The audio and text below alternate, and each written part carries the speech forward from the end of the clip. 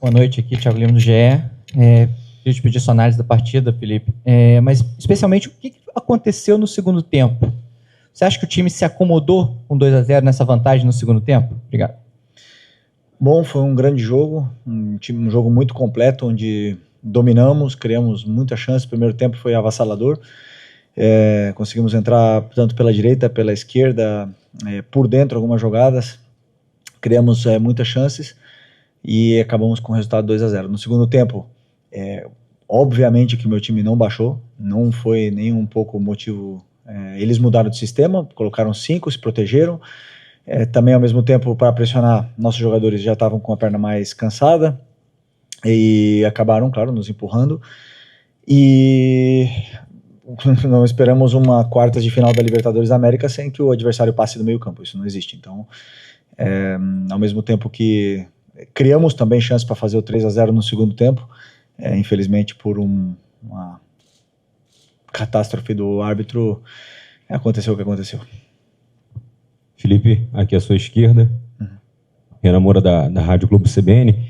Queria saber o porquê da sua escolha pelo Luiz Araújo na vaga do Arrascaeta, o que você imaginava naquele momento ali da partida, porque muitos acreditam que o Carrascal possa ser ou vir a ser o substituto do Arrascaeta em momentos como esse, pelo investimento que foi feito, por tudo que o Flamengo fez para contratar esse jogador em momentos como esse decisivos, né? E ainda sobre a questão da arbitragem, você acredita que o Flamengo tem que fazer realmente alguma ação junto à Conmebol por uma arbitragem como essa? Que tipo de arbitragem você hoje observa? Uma arbitragem que pode ter sido até tendenciosa para manter um jogo vivo para a segunda partida? Antes do Felipe falar, vou pedir que vocês façam uma pergunta cada um, tá bom? Ok, a escolha do Luiz Araújo pelo Arrascaeta e do Bruno Henrique pelo Pedro, porque naquele momento nossa equipe estava perdendo o domínio do jogo, estava perdendo o território, com a bola eles estavam muito bem, sem bola já não estavam voltando do mesmo jeito que estavam no começo do jogo, e nosso time começou a sofrer. Então optei por colocar pernas. Para mim, não importa se o jogador custou 100 milhões ou se é da base. Eu coloco o que eu acredito que seja melhor para a equipe. E não importa também se ganha 5 mil ou se ganha 5 milhões. Vai jogar o que eu achar que é melhor para a equipe naquele momento. Então eu não penso porque o clube gastou mais ou gastou menos. Eu acho que naquele momento eu acreditei que com o Bruno e Plata pressionando, nós iríamos recuperar esse domínio territorial, conseguiríamos pressionar melhor e com o Luiz também, que consegue ter perna para fazer toda essa ala que a gente estava precisando, que o Varela já estava precisando de ajuda. E assim foi. Nosso time já estava bem outra vez, estava saindo e conseguindo pressionar melhor o time deles. Não estávamos sofrendo em nenhum momento, mas como eu falei, né? Infelizmente o árbitro errou. Boa noite, Felipe. Aqui Sidão Marinho da Eleitoral News. Queria falar também da arbitragem, porque pelo que aconteceu hoje, não sei se você vai querer adentrar em relação a isso. Tiveram vários lances que a arbitragem interferiu no jogo, a expulsão do Plata de forma equivocada. Tem um possível toque de mão no gol também do Estudiantes, que fez o primeiro gol para deixar a partida viva para a volta.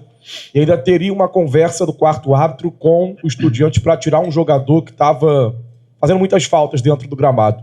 Como você recebe isso, a sua maneira de ver toda essa arbitragem que teve dentro do campo, de que maneira você vai trabalhar com jogadores também para o jogo da volta? Porque é na Argentina e a tendência é que isso seja intensificado. Obrigado. Pois infelizmente hoje o árbitro quis ser protagonista do jogo. E o árbitro que quer ser protagonista, ele apita desconcentrado, ele não olha os lances que tem que olhar. Você citou alguns, mas tem o pênalti do Lino no primeiro tempo, existem várias faltas, com cartões amarelos, uma arrogância, uma prepotência extrema com os nossos jogadores e uma permissividade muito grande para o time deles.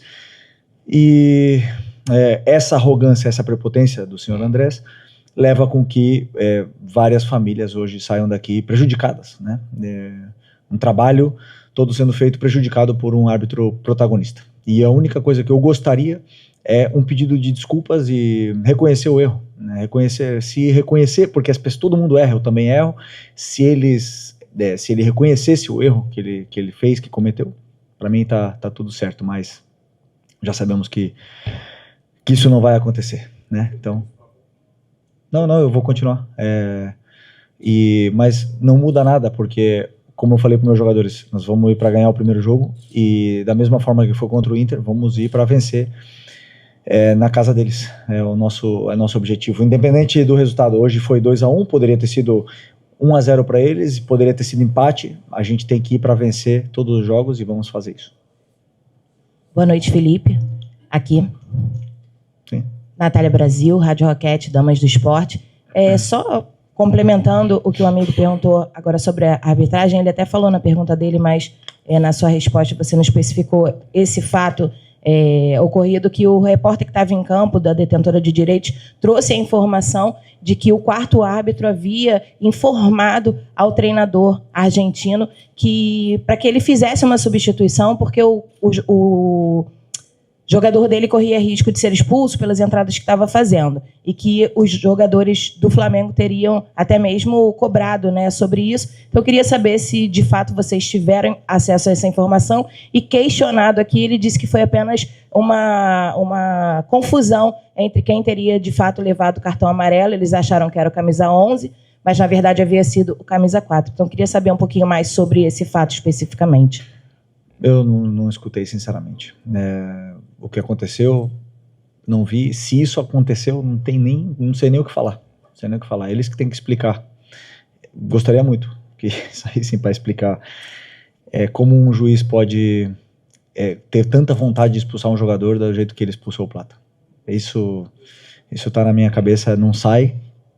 E eu gostaria muito que eles pudessem explicar. O que eu espero é que esse árbitro não apite a Libertadores daqui para frente e futuramente. Nossos jogos, Deus o livre. Felipe, aqui você tem uma sequência que você não vai ter tanto tempo para treinar e você valoriza muito isso. Você tem um treino amanhã, um treino sábado, joga domingo contra o Vasco, e aí você tem uma viagem para a Argentina já na terça, treina na Argentina sexta e volta para o Brasil para poder enfrentar o Corinthians. Queria saber como é que está a sua equipe, assim, principalmente no quesito físico, para essa maratona de jogos aí que vai ter pela frente agora, Vasco, Corinthians, sendo que para o Flamengo, cada jogo do Campeonato Brasileiro também é uma decisão, visto aí o segundo e o terceiro lugar a poucos pontos. Obrigado.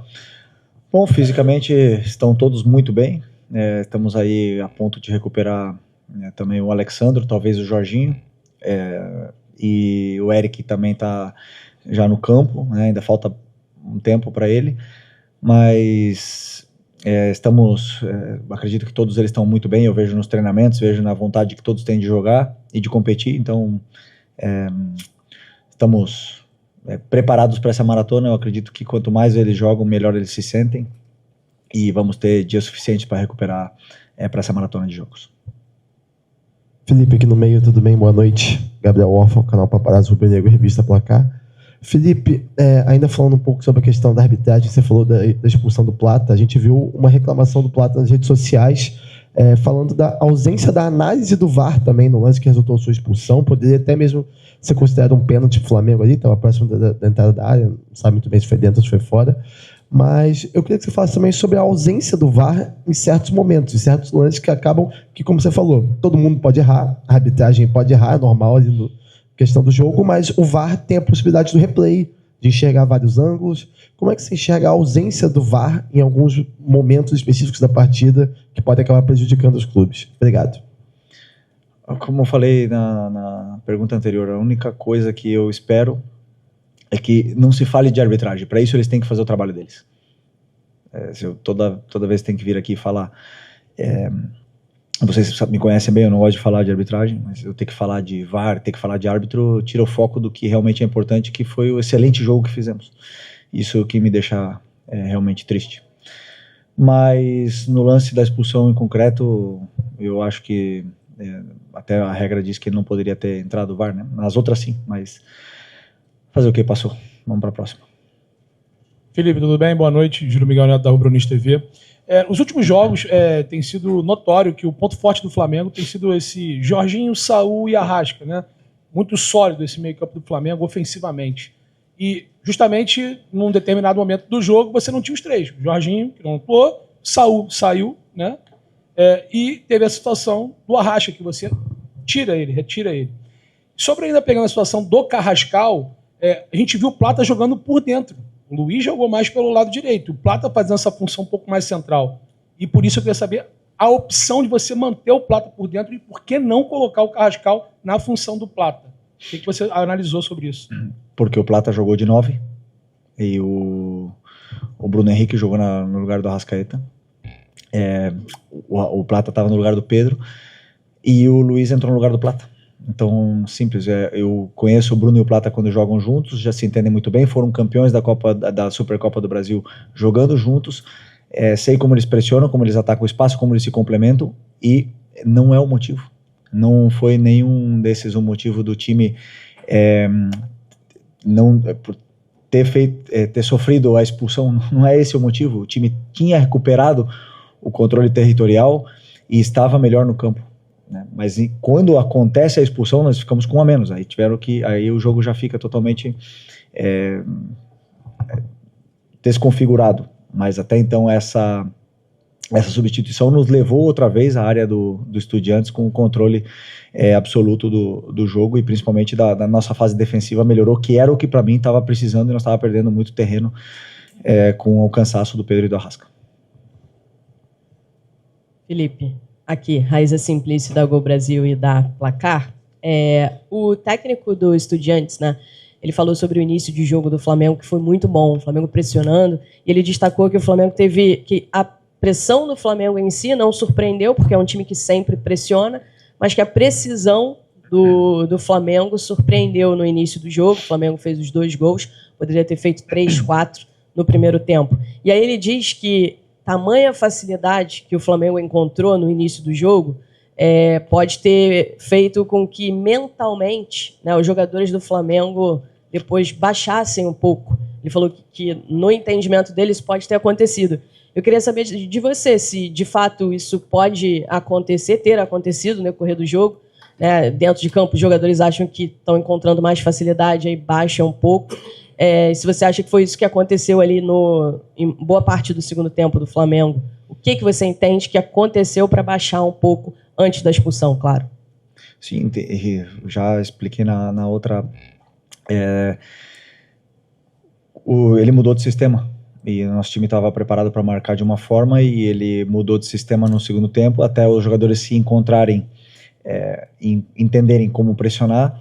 Ele ganhou, os jogadores ganharam tempo, conseguiram sair da pressão com mais facilidade, mas mesmo assim, esses mesmos jogadores criaram 3 chances de gol, 2 claras e uma terceira ou quarta ali com o Plata e com o Lino, também chances de gol para poder fazer o terceiro no segundo tempo. E não sofremos defensivamente, né? E já começávamos a sofrer depois com o cansaço, mentalmente não. Felipe, Isaac do Flavoz, indo na mesma situação que a Raíssa colocou na fala do treinador, na questão do mental, ele também disse que o mental dele é forte, que vai usar muito isso para poder virar o jogo na volta. Como é que está o mental do Flamengo? Porque ele falou do mental dele. Deve falar um pouquinho do mental do Flamengo, ainda mais depois de uma situação infeliz como essa, da arbitragem, com aquela situação do Plata não querendo nem sair do campo. Como é que está o mental do Flamengo para enfrentar os Estudiantes lá? Conhecemos bem os argentinos e como eles são competitivos e como eles lutam por cada centímetro do campo. Normal que o mental deles sempre esteja forte, porque é da cultura, né? Mas o nosso time, sabemos que fizemos um grande jogo. Fizemos um jogo muito completo em todos os sentidos e infelizmente tomamos um gol que diminuiu essa vantagem nossa no último minuto, com uma mão duvidosa, mas os jogadores sabem bem o que fizeram. Nosso mental tem que estar o melhor possível para jogar contra o Vasco nesse final de semana, para poder tentar fazer um jogo e continuar na nossa caminhada. Como eu falei para vocês, esse grupo tem muita ambição, é um grupo muito ambicioso e querem fazer história. E vamos continuar trabalhando para isso. Felipe, Simon Ledo, do Coluna do Fla. A minha pergunta ainda é uma sequência sobre isso. A gente viu o Danilo, por exemplo, se negando a apertar a mão do árbitro no final, né? E a gente imagina como os jogadores devem estar revoltadíssimos lá dentro. Se nós aqui já estávamos comentando isso, é natural que eles, que são desenvolvidos direto, estejam bastante chateados. a gente sabe que a pressão lá na Argentina costuma ser bem pior ainda, né? E os árbitros tendem a ser ainda mais caseiros. O que você pretende fazer para que trabalhe esse lado emocional do grupo e que eles consigam lidar com isso lá? Continuar jogando da mesma forma que viemos jogando todos os jogos desde o começo do ano. Jogando futebol. Dentro do campo são os mesmos metros, os mesmos jogadores, e nós temos que ganhar jogando futebol, mais nada. E sei que a minha equipe vai para fazer isso. Vamos tentar fazer um jogo perfeito, do mesmo jeito que foi aqui, para tentar vencer. Oi, Felipe aqui, David Sharp, do Antenados na Jogada. É incontestável a arbitragem, o quanto atrapalhou, não tem como dizer o contrário.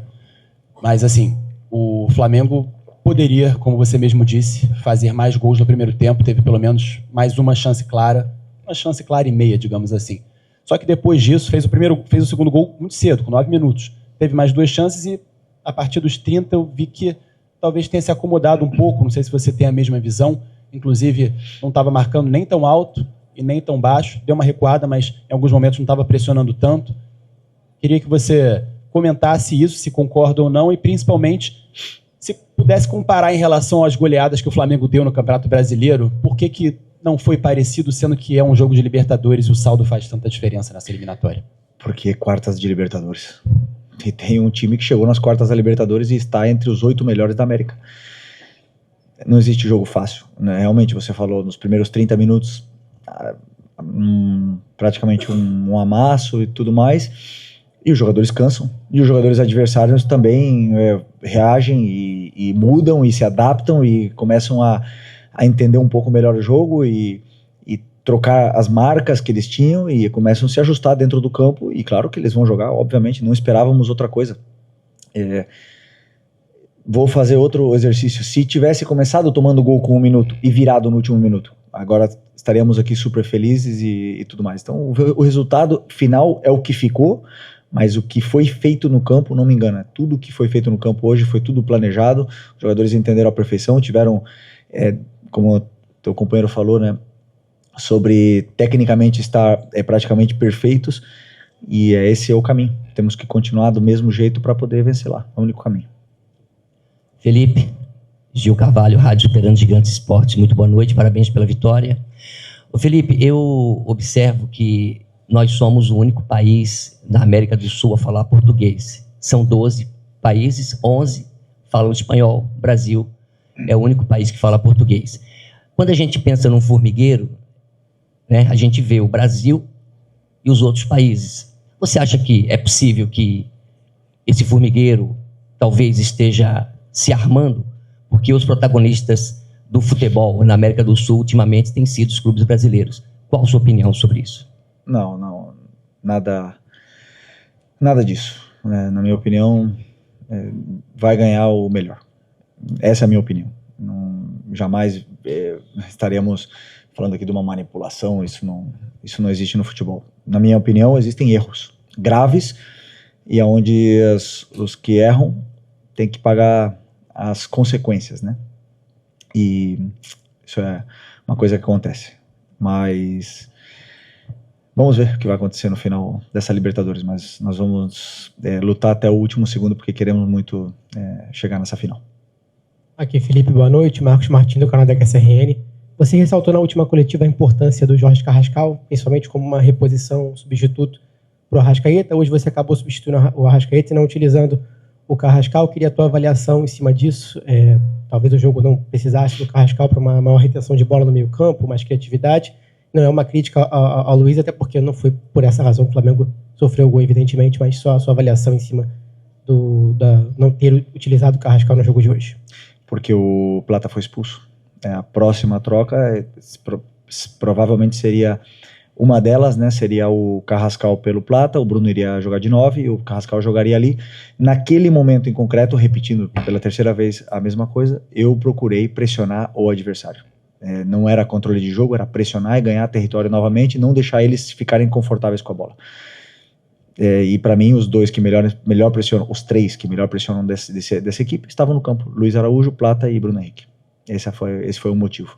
Depois, com a expulsão do Plata, já tive que colocar o Danilo para tentar segurar e fechar todos esses cruzamentos e ele não pôde entrar. Felipe, boa noite aqui. Eric Viana, do Mundo Bola Flamengo. Apesar do fato da arbitragem ter condicionado esse jogo, principalmente ali na parte final, a gente viu algumas reações, um certo descontrole ali do time do Flamengo. E queria te perguntar, então, se esse certo descontrole poderia ter custado mais caro para o time do Flamengo para esse jogo de volta. Eu queria te perguntar se isso te preocupa para o jogo de volta, esse tipo de reação que os jogadores podem ter nesses momentos. Obrigado. Não perdemos ninguém pro jogo de volta, né? Só o Plata, né?